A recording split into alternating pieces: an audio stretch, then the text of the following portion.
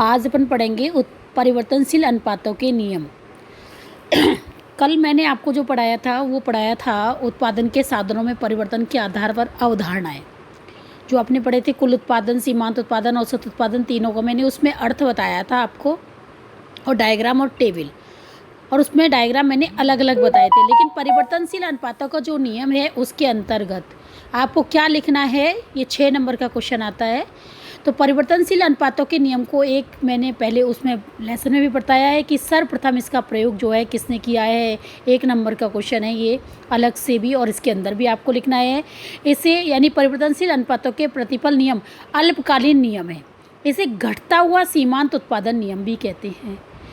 घटता हुआ क्योंकि एक सीमा के बाद यदि उत्पादन के साधनों का प्रयोग किया जाता है तो कुल उत्पादन बढ़ने के स्थान पर क्या होने लगता है, घटने लगता है। इसलिए इसे घटता हुआ सीमांत उत्पादन नियम कहते हैं। और घटता हुआ सीमांत उत्पादन शब्द का प्रयोग सर्वप्रथम इसका प्रयोग किसने किया है, फ्रांसीसी अर्थशास्त्री टुरगोट ने किया। बोल्डिंग ने इसे घटती हुई सीमांत भौतिक उत्पादकता का नियम बताया है। इस नियम के अनुसार अल्पकाल में जब एक साधन की मात्रा को स्थिर रखकर दूसरे साधन यानी भूमि की मात्रा को हमें क्या रखना है, स्थिर, और दूसरा जो साधन है वो कौन सा है, श्रम, उसमें हमें परिवर्तन करते हैं तो उत्पादन को क्या करते हैं, घटाते और बढ़ाते। टेबल वही बनेगी लेकिन चित्र एक साथ बनेगा। उत्पादन सिद्धांत की व्याख्या करने के लिए हमें उत्पादन की 3 अवधारणाओं को समझना है।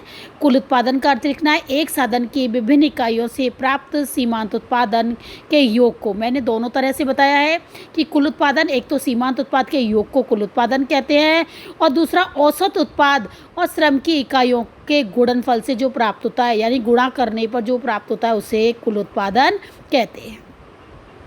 अब औसत उत्पादन कैसे कैसे ज्ञात किया जाता है, यानी कुल उत्पादन में श्रम की इकाइयों का भाग लगाते हैं। तो कुल उत्पादन में परिवर्तनशील साधन कौन सा, श्रम की इकाइयों का भाग लगाकर जो भागफल प्राप्त होता है उसे अपन क्या कहते हैं, औसत उत्पादन कहते हैं। और सीमांत उत्पादन श्रम की एक अतिरिक्त इकाई लगाने पर कुल उत्पाद में जो परिवर्तन होता है उसे सीमांत उत्पादन कहते हैं। ठीक है ना, इतना आपको लिखना है। उसके बाद आपको ये वही जो कल बताई थी वही टेबल लिखनी है। भूमि की जो है वो कैसी है, स्थिर है, इसलिए 5-5 एकड़ भूमि है। श्रम है, पहले 0, फिर 1, 2, 3, 4, 5, 6, 7 लगाने हैं। ये कुल उत्पादन जो हमको लिखना है उसके लिए वैसे तो पहले कुल उत्पादन लिखते हैं, लेकिन सुविधा के लिए मैं आपको बताती हूँ पहले सीमांत उत्पादन लिख लो। सीमांत उत्पादन के अंतर्गत ये है कि जैसे जैसे श्रमिक आ रहे हैं तो वो जो प्रत्येक श्रमिक आ रहा है वो कितना उत्पादन करता है। जैसे कि जब कोई श्रमिक नहीं था तो 0 उत्पादन हुआ, जब एक श्रमिक आया तो उसने कितना उत्पादन किया। जैसे कि एक बच्चा है ए नाम का, उसने कितना उत्पादन किया, 5 इकाई का। दूसरा बच्चा है बी नाम का, तो उसने कितनी इकाई का उत्पादन किया, 10 का। तीसरा बच्चा है सी नाम का, उसने कितनी इकाई का उत्पादन किया, 15 का। फिर डी नाम का जो व्यक्ति है उसने कितनी इकाई का उत्पादन किया, 10 का। और ई नाम के व्यक्ति ने 5 इकाई का उत्पादन किया। एफ नाम का व्यक्ति ने कोई उत्पादन नहीं किया। और एफ के बाद आता है जी नाम के व्यक्ति है या रहीम कोई भी है, उसने उल्टा उत्पादन कम कर दिया। जो उत्पादन हो रहा था उल्टा और भी कम हो गया। अब आपको एक बात बताई थी मैंने, सीमांत उत्पाद का योग, यहाँ से 0 से 0 हो गई। अब है जैसे ये 0 से 0 हो गई, कोई श्रमिक नहीं था तो कोई उत्पादन नहीं हुआ। एक श्रमिक ने 5 इकाई का उत्पादन किया है तो यहाँ भी 5 लिखा हुआ है। अब ए और बी दोनों ने मिलकर कितने का उत्पादन किया, 10 और 5, यानी कितना हो गया, 15। तो इसको अपन जैसे CF ज्ञात करते हैं ना, 5 और 10 कितने होते हैं, 15 और 15 कितने होते हैं, 30 और 10 कितने होते हैं, 40 और 5 कितने होते हैं, 45 और 0 कितनी होती है, 45 और 45 में से 5 गए तो कितना हुआ, 40। इस तरह से हमने कुल उत्पादन ज्ञात कर लिया। अब औसत उत्पादन ज्ञात करना है तो TP/L लिखना है, यानी ये TP है और ये श्रम की इकाई है। 0 का भाग 0 से लगाते हैं तो इन्फिनिटी आती है। 1 का भाग 5 में लगाएंगे 5, 2 का भाग 15 में लगाएंगे 7.5, 2 7 14, 2 5 10, और 3 एकम 3 और 0 हो गई, 4 एकम 4 और फिर 10 हो गए। परिणाम 45, 6 सत्ते 42 और 3 बचे और 6 पंजे 30 और 7 पंजे 35 और 5 बचे 7 49। इस तरह से ये निकल गया। अब आप ये देखो प्रथम अवस्था, इसके अंतर्गत आपको अवस्था लिखना अनिवार्य है।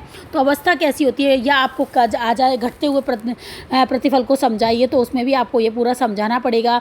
तो अब आप ये देखो यहाँ जब तक कुल उत्पादन जो होता है बढ़ती दर से बढ़ता है, यानी प्रत्येक व्यक्ति ने अधिक इकाई का उत्पादन किया है, तब तो वो कौन सी अवस्था होती है, प्रथम अवस्था अवस्था होती है।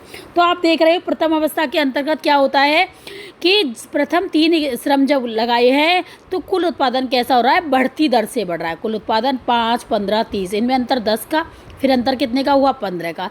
तो कुल उत्पादन जो है प्रथम 3 इकाई तक कैसा होता है, बढ़ती दर से बढ़ता है।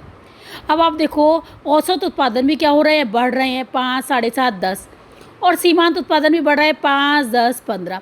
लेकिन इसके प्रथम अवस्था के अंतर्गत आप देख रहे हो सीमांत उत्पादन औसत उत्पादन की तुलना में अधिक तेजी से बढ़ता है। ये 5, 10, 15 है और ये 5, 7.5 और 10 है। तो ज़्यादा कौन सा है, सीमांत उत्पादन। तो कौन बढ़ रहा है, सीमांत उत्पादन। किससे ज़्यादा बढ़ रहा है, औसत उत्पादन से। और कुल उत्पादन कैसे बढ़ता है, बढ़ती दर से बढ़ता है, ठीक है ना। और जो द्वितीय अवस्था शुरू होती है वो वहाँ से होती है। द्वितीय अवस्था कहाँ से शुरू हो रही है, जब औसत उत्पादन और सीमांत उत्पादन दोनों कैसे होते हैं, बराबर होते हैं। जहाँ पर सीमांत उत्पादन और औसत उत्पादन दोनों बराबर होते हैं वहाँ से द्वितीय अवस्था शुरू हो रही है, देख रहे हैं आप। और ख़त्म कहाँ होती है, जहाँ सीमांत उत्पादन तो शून्य होता है, शून्य, और कुल उत्पादन कैसा होता है, अधिकतम होता है। ये द्वितीय अवस्था है। और इसी अवस्था के अंतर्गत एक उत्पादनकर्ता अपना उत्पादन करना पसंद करता है। क्यों करता है, क्योंकि यहाँ पर सीमांत उत्पादन औसत उत्पादन की तुलना में कम है। यानी कि जो 10, 9, 7.5 है, ये 10, 5, 0 है। तो सीमांत उत्पादन औसत उत्पादन की तुलना में कम है, यानी कि जो अपन लगा रहे हैं श्रमिकों को, उससे अपन को उत्पादन में वृद्धि हो रही है, ठीक है ना। अब जो तीसरी इकाई होती है, तीसरी जो अवस्था होती है वो कौन सी होती है, जिसमें ऋणात्मक होता है। कौन, सीमांत उत्पादन। औसत उत्पादन कभी भी ऋणात्मक नहीं हो सकता। और कुल उत्पादन कैसा होता है, गिरने लगता है। ये गिर रहा है ना एक तरह से। तो सीमांत जो तृतीय अवस्था के अंतर्गत सीमांत उत्पादन ऋणात्मक होता है, औसत उत्पादन कभी ऋणात्मक नहीं हो सकता, और कुल उत्पादन कैसे होता लगता है, गिरने लगता है। ये तीनों अवस्थाएं आपको थ्योरी में लिखनी पड़ेंगी। और इसे टेबल का जो डायग्राम है वो आपको एक साथ बनाना पड़ेगा। वो इस तरह से बनेगा, जैसे ये है ओ एक्स अक्ष है, उस पर श्रम की इकाई ओ वाई अक्ष है, जिसमें कुल उत्पादन, सीमांत उत्पादन, औसत उत्पादन दोनों को तीनों को दिखाया है। कुल उत्पादन उस टेबल से आप इस तरह से बनाते हुए चले जाएंगे, ठीक है। सीमांत उत्पादन भी टेबल से एक साथ बना लोगे, जो कल मैंने आपको बताया था, ये बन गया आपका। अब औसत उत्पादन भी इस तरह से बन जाएगा। अब आप इसके अंतर्गत देख के आ रहे हैं कि एक तो आपका हो गया कुल उत्पादन और सीमांत उत्पादन में जो संबंध बताती हूँ मैं। तो देखो यहाँ पर ये आपका चित्र किसका है, कुल उत्पादन का, और ये वाला जो डायग्राम जा रहा है ये आपका सीमांत उत्पादन का है। तो आप इस वाले औसत उत्पाद को छोड़ो, अभी पहले इस वाले को देख सकते हो आप। जब सीमांत उत्पादन क्या हो रहा है, बढ़ रहा है ना। तो जब सीमांत उत्पादन बढ़ता है तो प्रथम 3 इकाई तक बताया था, तब कुल उत्पादन कैसा होता है, बढ़ती दर से बढ़ता है, ठीक है।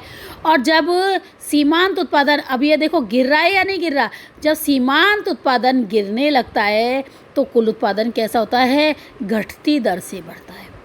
घटती दर से बढ़ रहा है क्योंकि उसमें 5, 10, 15 का अंतराल आ रहा था, अब 10, 5 का आ रहा था, नहीं आ रहा था, पहले वाली टेबल में मैंने अभी बताया था। तो पहला संबंध, जब सीमांत उत्पादन बढ़ता है तो कुल उत्पादन बढ़ती दर से बढ़ता है। जब सीमांत उत्पादन गिरता है किंतु धनात्मक है तो कुल उत्पादन बढ़ता है लेकिन घटती दर से बढ़ता है, ठीक है ना। जब सीमांत उत्पादन शून्य होता है तो कुल उत्पादन कैसा होता है, अधिकतम होता है, ठीक है ना। यहाँ पर 45 है, उसके बाद फिर गिरने लग जाएगा, ठीक है। जब सीमांत उत्पादन गिरने लगता है तो जब सीमांत उत्पादन ऋणात्मक होता है, जब सीमांत उत्पादन कैसा हो रहा है, माइनस में जा रहा है ना, नीचे ये माइनस है, तो कुल उत्पादन क्या होता है, गिरने लगता है। ये आपका संबंध किसके अंतर्गत था, कुल उत्पादन और सीमांत उत्पादन में, ठीक है। दूसरा, यदि औसत उत्पाद और सीमांत उत्पादन में आपको संबंध बताए, अब आप ये डायग्राम में देख रहे हो, दोनों, पहला वाला संबंध तो कुल उत्पादन और सीमांत उत्पाद का था। अब दूसरा वाला डायग्राम जो है आप ये देख रहे हो, दोनों बढ़ रहे हैं, बढ़ेंगे तो दोनों बढ़ेंगे, ध्यान रखना, औसत उत्पाद और सीमांत उत्पाद। अब अपन संबंध पढ़ रहे हैं सीमांत उत्पाद और औसत उत्पाद में, बढ़ते हैं तो दोनों बढ़ते हैं, गिरते हैं तो दोनों गिरते हैं। अब आप ये देख रहे हो दोनों बढ़ रहे हैं ना, ये दोनों बढ़ रहे हैं, लेकिन कौन तेजी से बढ़ रहा है, सीमांत उत्पादन। बढ़ेगा तो सीमांत, गिरेगा तो सीमांत। अब सीमांत उत्पादन, प्रथम जो संबंध है इनमें, सीमांत उत्पादन औसत उत्पादन की तुलना में अधिक तेजी से बढ़ता है। दूसरा पॉइंट है, सीमांत उत्पाद और औसत उत्पाद एक बिंदु पर 10-10 हो गए थे ना, टेबल में देख लेना, दोनों बराबर होते हैं। और तीसरा जो पॉइंट आएगा, इसमें 3 ही संबंध है, सीमांत उत्पादन और औसत उत्पादन दोनों गिरते हैं, लेकिन गिर कौन तेजी से रहा है? सीमांत उत्पादन। तो इसको तो जब वो पूछेगा तभी संबंध लिखना है आपको, संबंध आपको पहले नहीं लिखना है। यदि वो परिवर्तनशील अनुपातों का नियम बोलता है तो तीनों अवस्थाएं लिखनी है, टेबल बनानी है और ये वाला डायग्राम बनाना है। तो इसके लिए आपको मैंने जो अवस्थाएं अभी तीनों बोली थी वो इसके अंतर्गत लिखी हुई हैं। वापस से मैं पढ़ के दिखा देती हूँ, चाहे आप इसके अंतर्गत पढ़ लेना। वही चीज़ है जैसे श्रम की प्रथम 3 इकाई लगाने पर जिसके अंतर्गत कुल उत्पादन बढ़ती दर से बढ़ता है, सीमांत उत्पाद और औसत उत्पाद दोनों बढ़ते हैं, किंतु सीमांत उत्पाद औसत उत्पाद की तुलना में तेज़ी से बढ़ता है। इसे अपन बढ़ते प्रतिफल की अवस्था कहते हैं, दूसरे को अपन घटते प्रतिफल की अवस्था कहते हैं। जो द्वितीय अवस्था है ना, वो कौन सी है? घटते प्रतिफल की। कई बार क्वेश्चन आ जाता है घटते प्रतिफल की अवस्था को समझाइए, तो आप पूरा बना के और इसको अच्छे से समझाना है। और तृतीय अवस्था जो होती है वो ऋणात्मक है, क्योंकि जो सीमांत उत्पादन क्या हो जाता है? माइनस में चला जाता है ना, इसलिए तृतीय अवस्था को अपन ऋणात्मक प्रतिफल की अवस्था कहते हैं। तीनों अवस्थाओं के नए नाम याद रखने हैं आपको, बढ़ते प्रतिफल की अवस्था, घटते प्रतिफल की अवस्था और तीसरी कौन सी है? ऋणात्मक प्रतिफल की अवस्था। ये थ्योरी है, बिल्कुल आप लिख लेना, रीड कर लेना, सबसे बेटर रहेगा। आप याद कर लेना, बहुत अच्छा रहेगा, जिससे आपको भी कोई दिक्कत नहीं आए तो आप पूछ सकते हो, ठीक है ना। पर देखो तृतीय अवस्था में आपने देखा है, और कौन सी अवस्था में ये उत्पादन करता है? द्वितीय अवस्था में ही उत्पादन करता है। द्वितीय अवस्था में ही उत्पादन करता है, क्योंकि इस अवस्था में सीमांत उत्पाद औसत उत्पाद की तुलना में कैसा होता है? कम होता है। ठीक है, ओके।